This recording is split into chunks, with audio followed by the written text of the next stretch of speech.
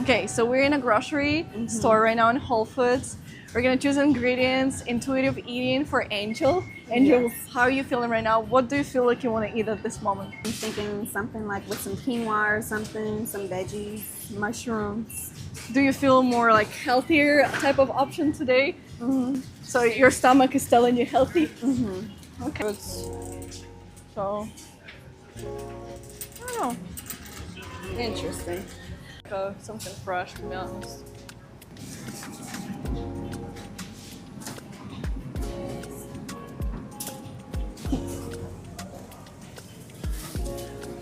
We only use the fresh key limes, the natural ones. I Or know, at I least the closest thing just- to natural.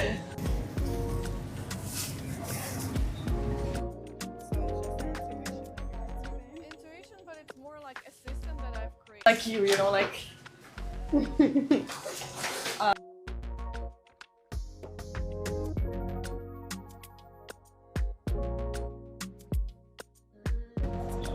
Welcome back to Halo's Kitchen, the best kitchen out there, period. It's Chef A here, and yes, this is very different. Usually I do voiceovers, I don't show my face. So this is an adjustment, and this is also different right here because I have a guest with me. Her name is Darina. We actually met like a couple weeks ago. She is a holistic health coach, so I'll let her introduce herself. Hi everyone. So my name is Darina. I am from Ukraine. I am 24 years old. Moved to Chicago like 6 months ago. I am a holistic health coach. Got certified like 6 months ago, but been interested in this area for over 10 years. So yeah, over 10 years I've been in wellness, holistic, spiritual, self-development areas, and I just love focusing on wellness and connection to our bodies. I think it's so fascinating to me how our bodies work, and that's why I even chose, that field. So, yeah. It's very interesting. So this is something very different, and my intention for this like little series that I have going on is pretty much to introduce a more intuitive, holistic approach to your eating, because I believe that the spirit and all that, the intuition or whatever, is very important to maintain a balanced diet and to be able to listen to your body and listen to what your body wants. Especially being in the media, it's very easy to fall into what everyone else says is the right way. There's so many different perspectives and stuff like that, when we really just need to listen to what's coming from within and what our body tells us is the right way. Yes. So that's my intention for this, and I thought it would be great to have Darina join me. She did give me a few tips as far as shopping in the grocery store and listening to what my body wanted to cook. And my body told me, let's make some Mexican quinoa today. So that's what we're going to be making, and we're going to chat more about this whole lifestyle type of thing and how to take a more intuitive approach to your eating as we start cooking. So yeah, let's get right into it. For the Mexican quinoa, you're just going to need 2 cups. I'm just eyeballing it. I usually don't use measuring cups or anything like that, but I'm just going to say 2 cups. And then you just want to add in everything else. I have some bella mushrooms. We have some tomatoes, some yellow, orange, and red bell peppers. We have some purple onions. I don't like to call them red onions because they're not red. Some cilantro, basil, and some lime, as well as some minced garlic. So yeah, I'm just going to add all that in there besides the herbs. I'm going to add that in later after the quinoa cooks up. And while I do that, I'm going to be asking Darina some questions so you can get to know her better. So I wanted to know, what exactly does being a health coach mean, and why did you feel called towards it? Just for people that have never really heard that term. So, term holistic, right? What it even means. Holistic means approach to the whole body perspective. So, we're not just thinking of the physical health or mental health as separate things. It's more connection of your mind, body, spirit, your emotion. Everything is interconnected. Everything is like a little piece of the puzzle. And as a health coach, I help my clients to connect to themselves, understand their body better, and tap into their body, right? So like intuitive eating also involves that. And so my approach as a health coach is really individual on my clients, and we together choose the best approaches for that person. So we try different techniques and basically transforming clients' lives into a holistic, more healthier way, but definitely trying to do from individual by individual perspective, because every person is different, everybody grew up different, so not every single technique is gonna help, you know, and suit every single person. So that's why I really like my job. How I even came into it, to be honest, it's a little bit spiritual story. I was just talking to God and I was asking, I was like, oh, what should I do with like choosing my career? I was like junior year in high school. And I was like, I don't know, what should I do? I'm really interested in healing and anything. I've been always interested in holistic wellness and fitness. I played basketball for 9 years and I started thinking about nutrition when I was 13. And I was really interested about fitness for a long time. I actually taught fitness classes for 10 years. So What type of fitness exactly? So just whole body exercise most of the time, like light weights, nothing like crazy. I've done heat workouts for a long time, actually. I taught Heat that. workouts? Yeah, I used to teach heat for basketball, like camps and stuff. Wait, HIIT? Yeah. HIT? Oh, okay. Yeah. Okay. So you mentioned that like people grow up differently. And did you grow up vegan or did you just recently transition? Yeah, so not recently, but I transitioned 5 to 6 years ago. So at first I actually was vegetarian for a year and then I transitioned to vegan because I just couldn't stand the taste of eggs and shrimps and like all of the seafood anymore. So at first my intention, I couldn't like, I just remember I did a detox for my body and I tried meat and that was disgusting. Like I just couldn't eat it anymore. And then the same thing happened with me with milk, with cheese, with like other things. I was trying to listen to my body and to tap into my body at that time a lot. And this is the time when I realized that these foods like make me feel so bad. Like I realized that like these food make me feel so heavy, bloated. My mood would be completely different when I eat more plants or whereas I eat more chicken or anything like that. So that's how I even changed. That's amazing that you discovered that like so young and stuff like that, to be that in touch with like your spiritual side and whatnot. That's true. Did you grow up with like family members That were like vegan? No, like in touch with their intuition and stuff like that? My mom is really spiritual, so actually a lot of how I even went into detox and like listening to my body, because my brother and my mom were trying to do these things at the same time. So they did it by themselves and then I was like, oh, I should try it too, you know. So that's how I even like tried the detoxing. And but I always loved reading books, so I think that's my trait, that I love reading, I love learning, I love to study new things, and then going through my own experience, I try to share with other people. I don't like just tell something that I just heard it somewhere. I always do it through like a perspective that I went through and experienced it on myself. Teaching from experience. Yeah. There's so many like vegan misconceptions too, which I will be talking about in my cookbook that's coming out soon, Haloskitchen. I'm gonna be the first one to buy it. Here, these are the seasonings that we're going to be using in for the quinoa. I put some natural sea salt in here. We got some poultry seasoning, some ground turmeric, a bay leaf. We got some oregano in here as well, and a little bit of black pepper. And you just want to sprinkle all that on top. And I wanted to choose something like pretty easy, something that would just be like one pan. A personal chef twist. So right here, we just got some natural spring water. I actually go to the spring well to get some.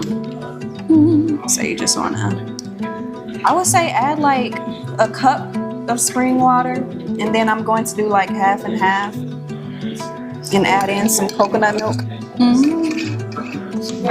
Which is actually new because I've never tried coconut milk in my quinoa before. Have you? No, I've never tried Like cooking it in it? No. Apparently it I've makes tried it it like in super broth. fluffy. Interesting. I don't know. I've tried it only a broth with it instead of like, you know, just water. I feel like we might need a little bit more. Just because it's not just the quinoa, it's also the peppers and mushrooms too. Just want to leave the herbs, the cilantro and the basil on the side for now, and we're just gonna add that in once the quinoa gets cooked. Okay. To move this here right now. It's only gonna be cooking in the center too. A what? The pot's so big. It's only gonna be cooking in the center. Oh, gotcha. Like underneath. I did not bring a top for this pot, for this pan, or what? An aluminum foil. Never done this before, but we're about to find out what happened. Quinoa can cook better. how do you decipher what's your intuition versus your thoughts? Because I feel like people have a hard time knowing, man, is that just my overthinking that's like making a decision that think it's the right decision? No. Or is it like my intuition? I gotcha. It's a really good question. And I think the more you learn to tap into your body and ask yourself, okay, what do I want right now? What sounds good to my body? And while you eat something, you're like, okay, what does this food feel like to me? Like, so like more reflection and observation, this is what brings you closer to your intuition and like less your thoughts. It's really hard to differentiate if it's like actual intuition and your thoughts. Intuitive eating is just more about you connecting to yourself. It doesn't really mean that it's just intuition or just your thoughts. It's just more connection from your inner self, communicating and listening to you. You literally like say it out loud, like, body, what do you want right now? I personally do, but you probably can do it different ways. So for example, like I sometimes just stand and I'm like tuning into my body, starting to feel my breath, and then I'm like, okay. Yeah, I even put my hands on my heart just because I feel like that's connected more, my stomach, and then I'm like, okay, taking deep breath. Okay, what do I want right now? And then I get like images in my head. I'm really visionary. So I'm like, okay, orange, for example, right? And then I'm like, okay, if I eat the orange, I remember the taste. And I'm like, how does it feel? I remember the taste. And then my body will respond in a different way. So for example, it'd be like tense. And I'm like, okay, this is not what I want to eat. And then inside of me, it might be like, oh, like this type of feeling. Or it really depends. Like, I don't think there's a certain way of like, you understand it. This is what you need, but the more you practice it, the more you understand what works for you. So you said the color orange. Do you feel like that also like ties into the chakras? Because I've like, done a little bit of research on that and how certain color foods are good for those certain energetic parts of your body and stuff. Like I know green apples are good for the heart and stuff like that. So like orange foods, like oranges, orange bell peppers, I guess, whatever else is orange, carrots, that's like good for that area. I think it's a really great way of thinking. I don't know if it exactly works that way because we never know what exactly works or what not, but you can try it and experiment with that. I think it's really cool how you can connect these type of things, right? And then be like, okay, I want to work on my third chakra, and you're eating the orange. And it's really more about you connecting with the food. And I personally believe it's connected in a way. I really believe that everything is interconnected. Our chakras, our energy, our body, our mind, right? So if you like that approach that is like connected and it helps you, I think you can definitely use that. So yeah, we were just chatting about like how Darina, she's not really in like the beginning stages of being vegan and like how you would see it in modern day. Because even in a lot of my videos, because my intention is to help people transition, to make that transition a lot easier, so I do include a lot of ingredients and like different recipes as far as like meat substitutes and stuff like that, dairy substitutes, vegan mac and cheese, vegan fish, vegan chicken, and people be roasting me talking about that's not chicken, that's not fish. But yeah, I noticed like once you do, get deeper into this lifestyle, you kind of steer away from trying to, mimic a lifestyle that, you were once attached to in the past and stuff like that. And I feel like a part of that does like play into you being attached to that, attached to your old identity, your old way of doing things and stuff like that. Because a lot of these substitutes aren't the healthiest thing for you. Definitely not. Like it's a step in the right direction, but it's still not like, the healthiest thing. So like, were you always like that? Like, how did you get to that point to where like you were able to like let that go? I think it starts with my culture overall. We, especially my family and my culture, we're really like don't like processed foods overall. A lot of people like here in America, processed food is such a big thing, and people don't even realize that it's the stuff they're eating is processed. Like in my culture, it's a little bit more. People are more healthier in terms of like understanding what's more processed, what's not. Of course, not everybody, every person is different, but I feel like it starts with my culture. So I've always been more mindful of what I eat and then understanding, okay, this is more processed, this is not. I think it's because I've been studying it for a long time. Like, as I said, I learned nutrition from 13 years old. So because I had so much experience and like knowledge in it, for me it was much easier to turn into vegan because I didn't start being vegan. I actually learned about balanced eating first. I adjust my eating to balanced eating, and then I turned into vegan, right? And then whenever I saw all of these ingredients and all of this, I educated myself first until I turned into a vegan, and I think that would help me not eat so much processed food. But it's also culture-wise, as I said, because like. So what advice would you give to someone who kind of grew up more like me and who is like fairly new to like transitioning into that lifestyle to like let go? Yeah. Do you have any advice as far as like letting go of your attachment to things? I'd say at first, try, see, and observe how your body feels by eating all of these things. This is my first advice for any type of thing, because once you know that this food doesn't suit you and your body doesn't feel good, it's much easier to let go that way. Because if somebody tells you, oh, it's bad, you're like, okay, and what? Like, how do I know that it's bad, you know? Like, you need to experience it yourself. Okay, like, I actually feel bad. That's why I'm like slowly turning my mindset of like stopping eating these foods. Baby steps, you know, in everything. Baby steps. One step at a time. One step at a time in everything. Start listening to your body. Start educating yourself about ingredients, why they're bad to our body. Start educating yourself about balanced eating. Try incorporating more balanced eating, and slowly, one at a time, introduce healthier foods. Like, what'd you say? I just said slow and steady. Oh yeah, slowly start incorporating like raw foods, like vegetables, fruits, greens into your food. And the more you eat this, the more your receptors in your body and receptors in your like tongue, you'll get used to it. So it's much easier to understand the difference between green, how you feel, and then the processed food. So a lot of problems, like why people can't get let it go, because their body is used to it. People just kind of like struggle with an attachment to a certain identity. Because I feel like I still kind of have an attachment to that, to where I just don't want to give it up. Like, I just made a video pretty much, I don't know, kind of like indulging in my nostalgia for like this, I don't know, this restaurant that I used to eat. It's called Heroes Chicken. I'm sure everybody in Chicago knows what that is. And I don't know, I just really like wanted to go back and stuff like that, back in time, to really just reminisce on that, because part of me isn't fully ready to let go of the fact that if I choose to, you know, make this a whole life thing, you know, I'll never have that again. Yeah.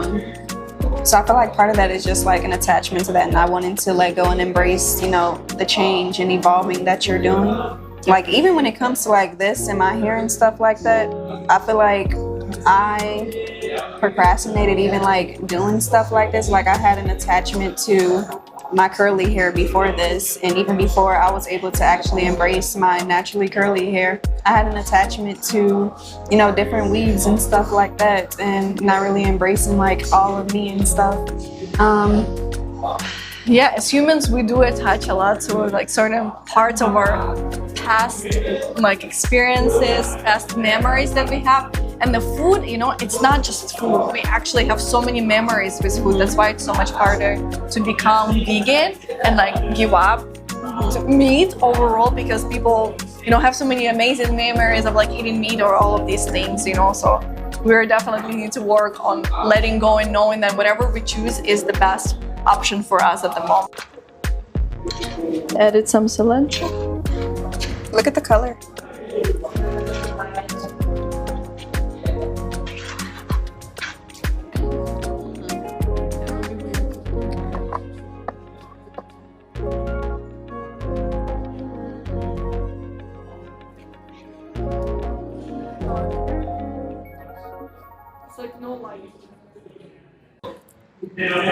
I'm just putting the quinoa inside of the lettuce. I thought that it would be like different and, you know, just a little bit of extra freshness. We like to incorporate something more raw. So I said, why not just wrap it in lettuce? Try it.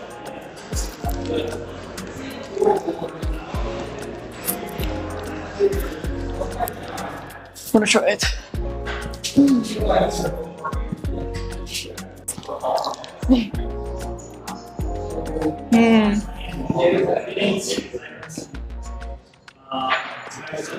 If the food makes you dance, it's a good food. Period. I And feel then like we got some extra key limes right here too if you want to squeeze some fresh key lime juice. It's actually really good. Really? Yeah. Do you like it? I really like it. Yeah. I really enjoyed doing this. Thank you so much for inviting me.